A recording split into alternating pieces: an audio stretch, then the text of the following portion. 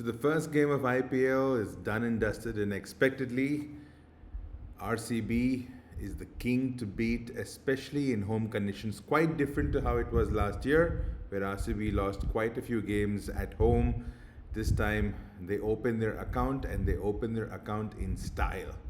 At the halfway mark, you always thought if 200 is going to be good enough. At a point, it looked like they're going to get way less than 200 SRH, and you thought, okay, 200 was par. But looking at the batting surface and looking at the kind of batting depth RCB had, and more important, looking at the awful bowling that SRH had, 200 was never going to be enough, let's be honest. I don't even know if 250 was going to be enough, to be honest, but at least it would create some pressure in the system. I think what worked towards the maybe middle or ending part was the slower balls, but then again, it was almost like they had no other plan beyond the slower ball bouncers. The field placings by SRH, I'm not sure. First time captain Ishan Kishan, definitely negative points for everything that was going on. I didn't feel there was any impetus in the field whatsoever, and the RCB batsmen really kind of stole the show. They just didn't leave a chance, and it wasn't just one or two. It was just one after the other after the other. Everybody who came in just seemed to be hitting the strides, excepting maybe those two because it fell off those two balls. Everybody was like in the zone. So let's talk about some of the highlight players of this whole match, starting with the SRH innings. Ishan Kishan, he is in an amazing form, purple patch if you may. Taking off from where he left off in the T20 series. A friend of mine, while watching the match, if you're seeing this, you know who you are, said that Ishan Kishan is now getting into the habit of scoring 80s and getting out. Well, it's a very good habit to have, especially in ODIs. I'm sorry, in T20s. So let's hope he continues doing that. But he looked in fantastic form. I think towards the ending part of his innings, he was kind of denied the strike a little bit, and a lot of wickets were falling around him, so you could sense he was getting a little bit desperate. Had he stuck around for a few more overs, definitely we're looking at 225, 230, a lot of pressure in the system, and anything could have happened. So that's definitely a standout performance over there. In terms of batting, I don't know if there was any other good performance from SRH. There was disappointing batting performances, which we'll come back to. But in terms of bowling, RCB, I guess you can say Robin Powell did pick up those wickets, not denying it, but it was Duffy. I think my man of the match is definitely Duffy.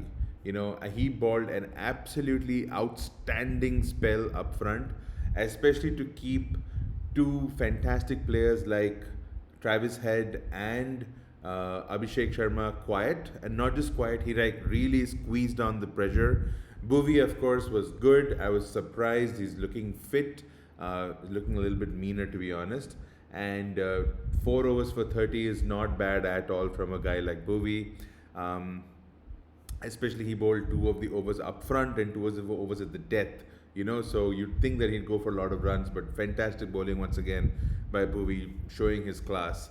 And Duffy, awesome bowling. Really smart to get him out of the way, finish up his quota overs, get him out, use him as a sub, and then bring in Devdutt Padikkal. I think that's really smart captaincy over there. Credit to the coaches for that happening. Perhaps because he got those wickets, they were able to do it that way. But whatever it is, credit to the leadership team to do it that way. Fantastic planning. And Duffy bowled exactly the right areas. The ball was moving a little bit, but nonetheless, he kind of held it back of a length. He didn't give Abhishek Sharma that room that he likes on the off stump, just outside the off stump. Same thing with Travis Head, tucked them both up and bowled some really good balls to get both of them out. It wasn't great balls standalone, but it was definitely bowling according to a plan that he had for both those batsmen. Nitish Kumar Reddy's wicket was sort of a gift, really. I mean, kind of reached out and you never know, but definitely very, very good bowling. I think Roman Powell, he did get a few wickets, but I would say it's kind of like laddu bowling, if you may. It's almost like, okay, the ball is out there, now hit it, and in case you hit it, you might get out, So I'm not a big fan. Sure, he got those wickets, but I'm not sure if that really works. So Perhaps he was trying to go for those slower balls. I'm not sure. With that height and that stature, maybe it'll work out. But definitely, he went for something like 54 or 55 or 60 runs or something of that sort. And had he not got those wickets, it would have been an absolute disaster. But at least he got the wickets, I guess. So that was it from the bowling performance. In terms of batting performances, of course, from RCB side, you have so many batters that you're going to admire. But I think the first batter on that list definitely is Devdutt Padikkal. He was so fluent, the head positions, the swing of the bat, the timing, just the placement that he was able to get, the plan that he had. Okay, against the Pacers, you'd expect, that languid flow, that height to come in. But even when the spinners came in, he kind of knew exactly what was going on, got down on one knee, hit it behind, square where there was no fielder. So there was a lot of clarity in what he was doing. Lucky a couple of times, not denying it, but beautiful, clean shots, really fantastic to watch. Then, of course, there was Rajat Patidar, and man, he was in some red hot form, striking the ball, almost trying to muscle it, muscling every single ball. I think he's become a lot leaner and a lot more muscular than last time, if I feel that at least. And he played a really good shot, a really good innings rather. And there was one shot where he almost hit the car, the the Tata, I'm not sure what car, but some Tata Safari or Tata Estate or something that's displayed. I thought the car was goners, but some really awesome shots, and a couple of shots were almost as beautiful as King Kohli himself, which brings us to King Kohli. What do I say? I mean, Kohli's not lost it. Kohli is, if anything, he's showing once again that age is just purely a number. And like he said in his post-match interview, if you're mentally fit and if you're physically fit and mentally, prepared for the challenge, I think this game is there for the taking, especially with these, the lower time span that you spend. And sure, you can go as a substitute, as an impact sub also now in IPL, which a lot of the senior players will end up taking. But definitely Kohli, man, I mean, he was fantastic, and some of the shots, especially one shot in particular, where he just kind of held his pose, if you may, and he didn't even try to overhit the ball. Just kind of hits a straight ball and just goes up straight, over the straight boundary for a six. Fantastic. That, and of course, my other favorite Kohli shot, down the wicket over extra cover 4. That was the second last shot. Of course, pressure was off, but nonetheless, what a fantastic shot that was. I mean, it shows that he's really in some really, really good form. And when the wickets were falling towards the second half, even though they were doing very well, he definitely kind of toned it down, just kind of dipped over there. Once he got his 50, and Tim David kind of settled in, unfurled a flurry of boundaries towards the end to score those winning runs. So Kohli, definitely someone to watch out for, and definitely someone who is going to again make an impact as always. So man of the match for Kohli or Duffy, I'm not sure. I'd still go for man of the match for Duffy, but equally happy for Kohli to get it as well. In terms of bowling from SRH, disaster. Everywhere disaster. I'm not sure if any single person had a decent game. Sure, you can say that the 2 wickets that fell off, that the newcomer, the first time he was playing this game, what's his name? David Payne. Yeah, David Payne. Maybe you can say that was something that kind of worked in their favor. I thought, to an extent, I thought Harshal Patel bowled well in patches. Of course, he went for plenty, but out of that, close to 20 runs was towards the ending game, so towards the ending overs. So I'm not sure about that, but nothing to write home about, especially for the SRH bowling. Now let's talk about one place where I feel there was a big difference. The big difference definitely was in the fielding, and I think that was very obvious. The 2 catches that, Phil Salt did catch 3 catches, but I think 2 catches that he caught were absolutely outstanding. The first catch was right on the boundary, and it was of Henrik Larsson actually. So if you think about it, very important wicket once again. and he kind of takes the catch and kind of falls onto the ground and very carefully kind of pushes himself away from the boundary battens. And I'm not sure, maybe a little bit of him or his shirt might have touched, but you never know. Anyway, there was not enough evidence to suggest it was not out, so you'd go with the umpire by saying, okay, sure, out. That was a good catch, but the second catch was a pure stunner and definitely one of the game changers. It was of Ishan Kishan, and definitely had he been around for a few more overs, I think he got it on the 16th over if I'm not wrong. So 4 overs more, or 14th over. So 4 overs more, he would have made a lot of difference. But that was a fantastic catch again, running in from the boundary. Not quite parallel to the ground, but close enough. One leg was touching the ground, if you may, but that was a sensational catch. If you contrast that, and of course, Kohli put down a sitter. Let's not forget that. Let's rub that a little bit into all the King Kohli fans.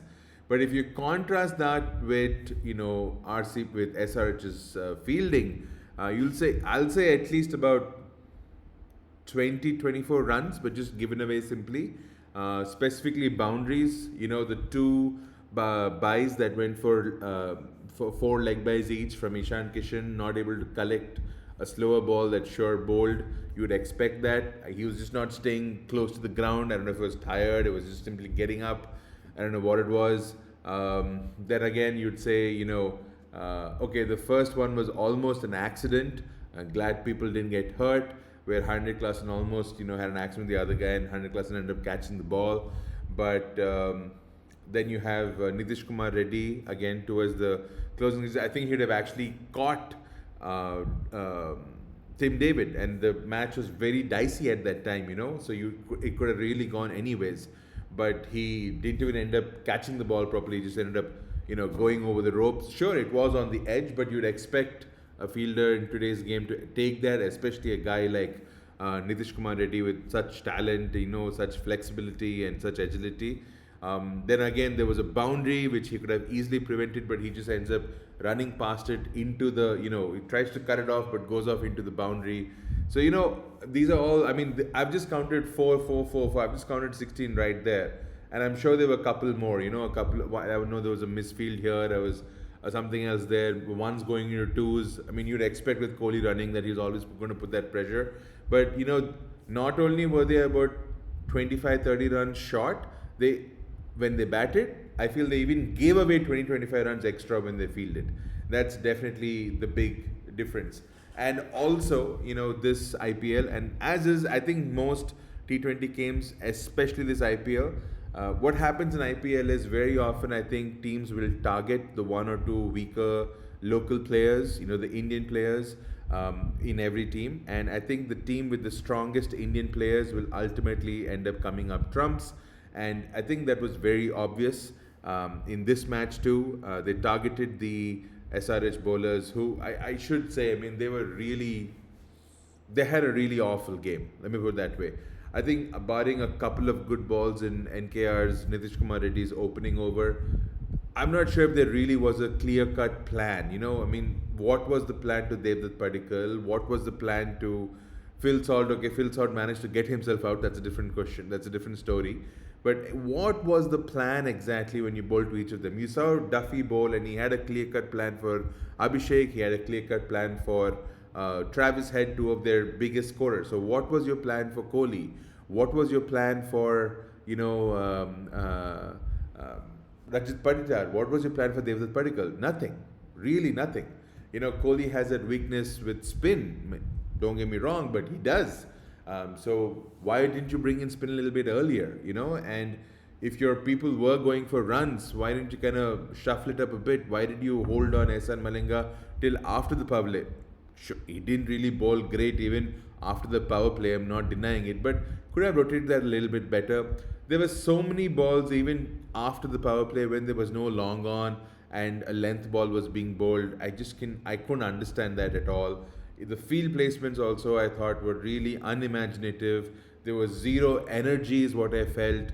Ishan Kishan seemed to be living in a bubble, not really communicating much with other people out there. That captaincy vibe about him, did he really have it? You can excuse him, it was his first game. Not denying that as captain, I'm sure that there'll be time for him to grow in that space and become better at it. But definitely today is something which I feel, they'll feel that they could have done better, they could have played better, definitely batted better, definitely fielded better, and definitely bowled better. RCB, on the other hand, is going to be pumped up with a great win, a statement win, if you may, in front of their home crowd, getting a good boost to their NRR also, and also all the main boxes ticked. A couple of good bowling performances, a couple of great catches, good fielding, and many fantastic batting performances. All in all, it was a great game of cricket, and once again, uh, there's this thing about IPL. IPL is not just great because of the fact that it has a full house, the fact that it has all these big players and big stars. The quality of cricket is also great. I think that was definitely on show today. The quality and the skill of the players, that was definitely on show today. So it doesn't get any bigger than IPL in the club cricket, and today was a good start to this tournament. It wasn't the most fantastic of games because at the end, RCB kind of ran away with it, if you may. Even though they were held back a little bit, they still kind of won it very comfortably. In that way, it wasn't a very close game, but definitely it was a very good start. It was great to see a full crowd and a lot of people watching it and tuning it and talking about it. There might be war and there might be uncertainty everywhere, but when it comes to IPL, India's got its priorities right.